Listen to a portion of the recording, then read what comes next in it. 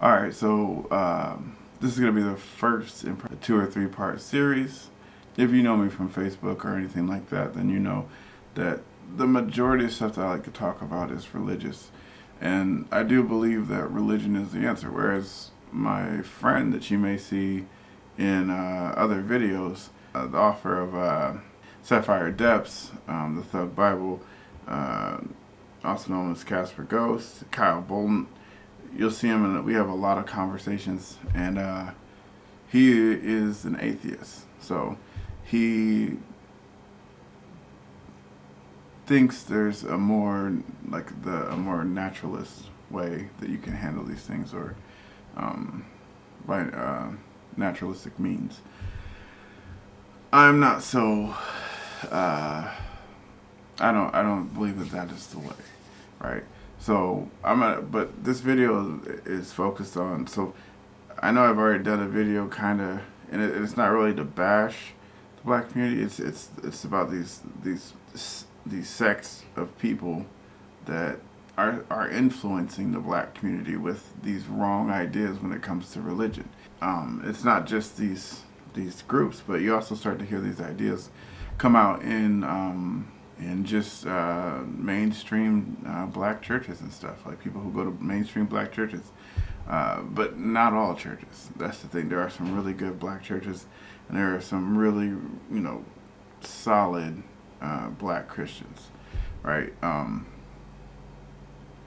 So this is not to paint, the whole black community with the same brush, with a broad brush, right? So, but one of the groups that I need to talk about is, well, let's put it like this: the people who use, well, we'll keep it simple. The people who use religion as a means to be racist and to justify their racist ideas, because really they care more about their racist ideas than they do the content of whatever religion they have, unless their religion reinforces those ideas, and we will talk about that. So these people, what they do is they'll say, oh, we're the Israelites, we're the true Israelites, or or white people are this group in the Bible, and they're all evil, they're all going to hell, or like just a different mix of that stuff, and they're basically doing the same thing as whites did. Whites did the exact same thing, where they would take things in the Bible and they would say, "Oh, this refers to us," and it doesn't refer to them. And the average state of a black person is that they're evil, but that's not. It's just we're doing. It's stupid, right? We're doing. They're doing the exact same things. They say the same things. It doesn't. Both sides are wrong. Like the truth is that the Bible is not a battle between like white people and black people. It has there's so many different peoples in the Bible that it doesn't matter. Like you miss the whole purpose. And anyone that sells you a gospel based on race, right, or teaches you the Bible based on race, or a religion from the Bible based on race, is a false prophet, is a false leader, is a false preacher, is a preacher of hate, right? Um, and in the end days, they will, if the Bible is true, at the end of the time, they will pay for those lies, and how they misled people and they spread hate, right? Because that is not the will of the Father by any means.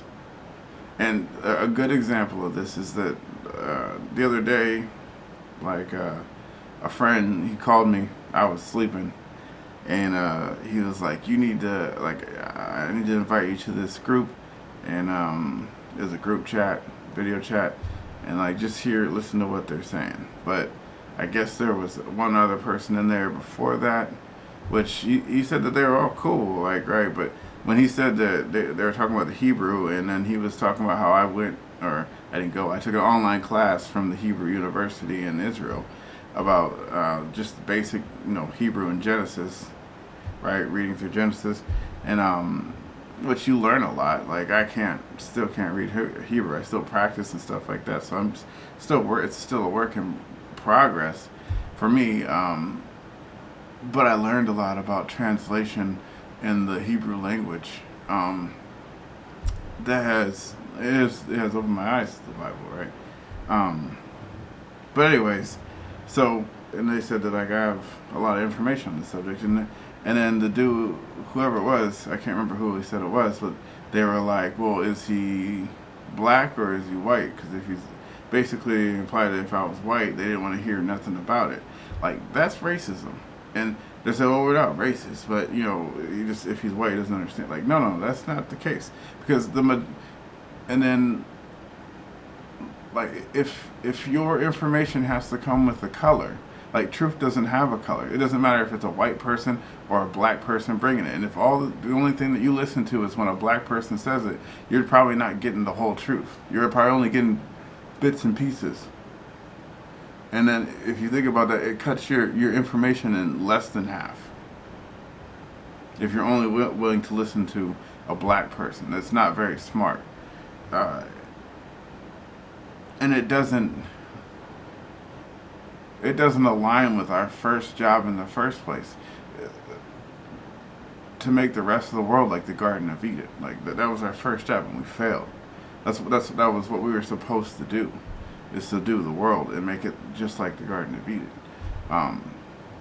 But I mean, if you're too busy arguing and starting division among color, and you can't get past that, you're just as bad as any person, any racist white person in the in the 50s, right? In the 50s and 60s. So, oh,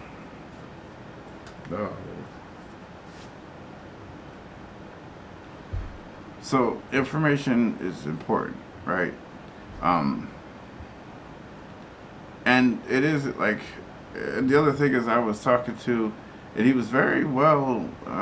His arguments were he had very good arguments. He seemed pretty intelligent. But then he talks about like scholarly bias, which everyone knows scholars have bias, or maybe not everyone, but a lot of scholars do have bias. But the way they but they also have very good information on different parts of what and you have to read and look at the arguments and then see what aligns with other stuff that's been factually established. That's what you're looking for. Then that way you can disregard their opinion, or you can look at their opinion and see if it has any credibility. But if you throw it away because they're a scholar, or if you throw it away because they're white, or if you throw it away because they're black, you're dumb. Like, and you're just as prejudiced as any. Like, that's how stupid it is. You go against the will of the Father, of how He wishes for you to look at your brothers. And when He says your brothers, it's not just the Israelites. Like the story of the Good Samaritan.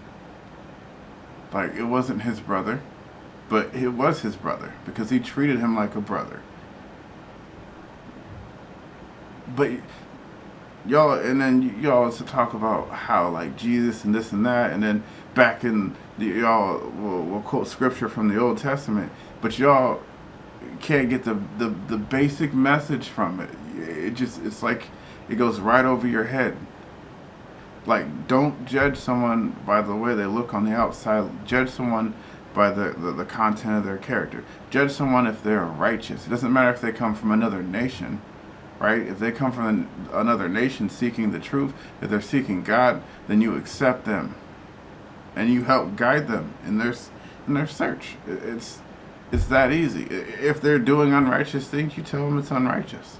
Like, I'm pretty sure that all of you struggle with unrighteous things too, as well as I struggle with unrighteous things as well. But I constantly check myself, right?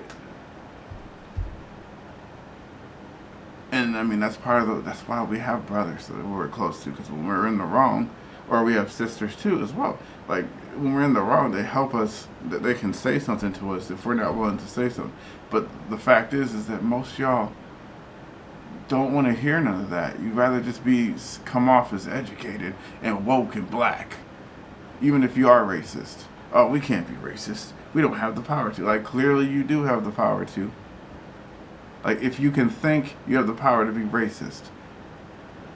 If you can hit someone with, like, if you can walk up and hit someone in the back of the head with a brick, which we've seen video of, if you can go punch some random white person in the store, which we've seen video of, like, you have the power to be racist. If you can burn down a city in the name of black lives, where you and in the process you burn down other black businesses and cause other families strife, you have the power to be racist. It's ridiculous. But there's good news, and we'll get more into like some of these other sections. We will talk about some of these sources. So like I want to talk about some factual like corrections to the Bible, right? Or some things that you may read in the Bible that you might not understand. That is important, because if you're reading it one way and you're coming with it with a modern Western idea or a modern Middle Eastern idea, right? Then you'll probably miss it. And this is whether you're Christian or Muslim. So I'm gonna help enlighten y'all and bring you guys truth. And not just for, like, I know they're probably not going to be listening to it, but if you're here and you want to know stuff like this, I'm here to bring truth.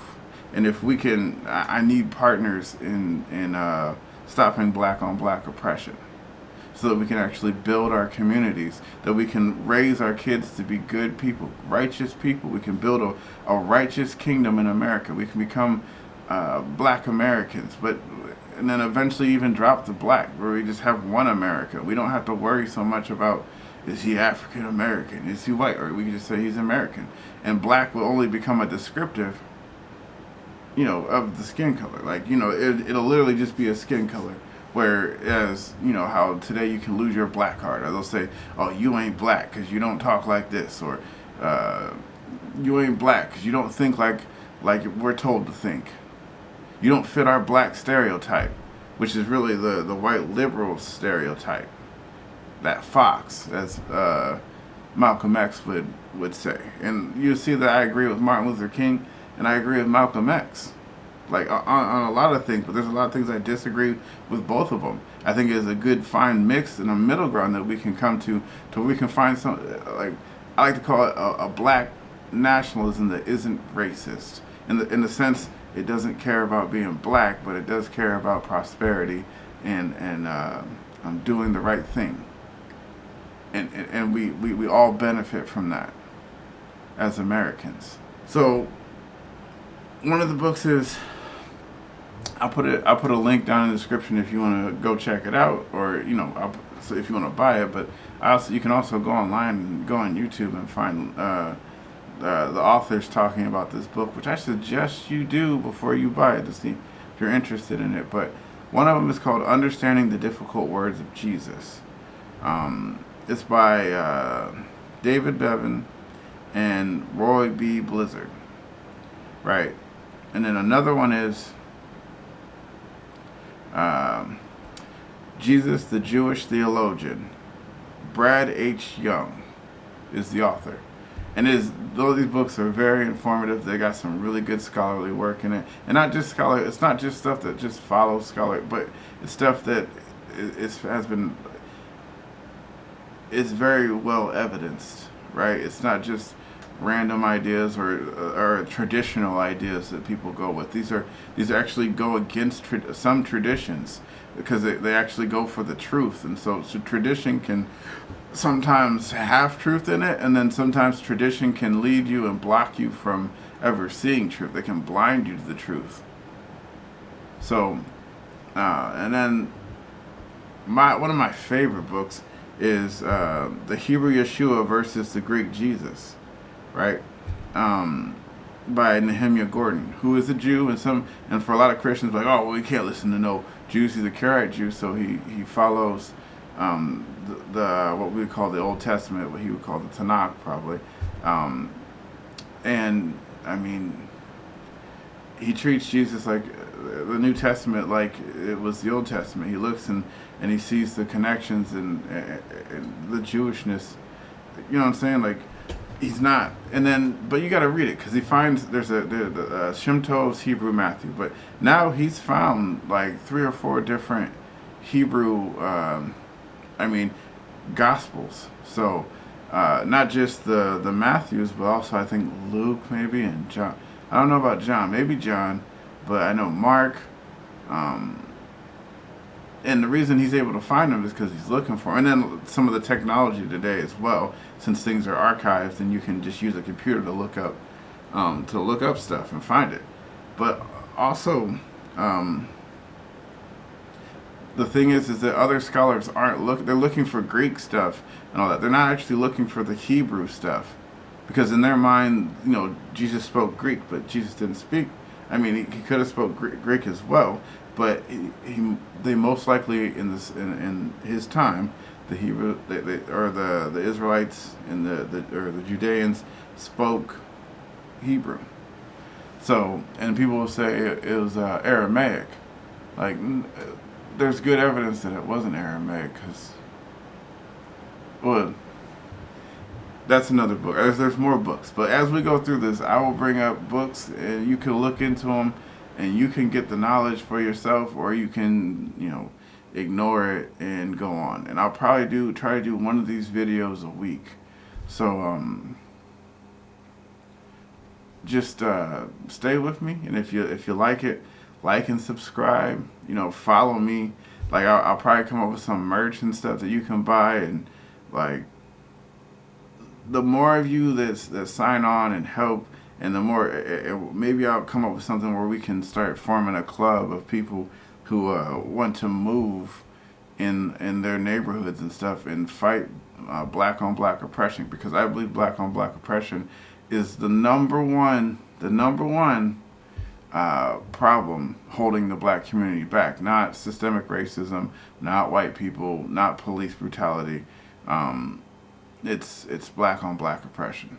So you guys have a good night, and shalom, and Jehovah bless and keep all of you as you go through these troubling times. Thank you. Shalom.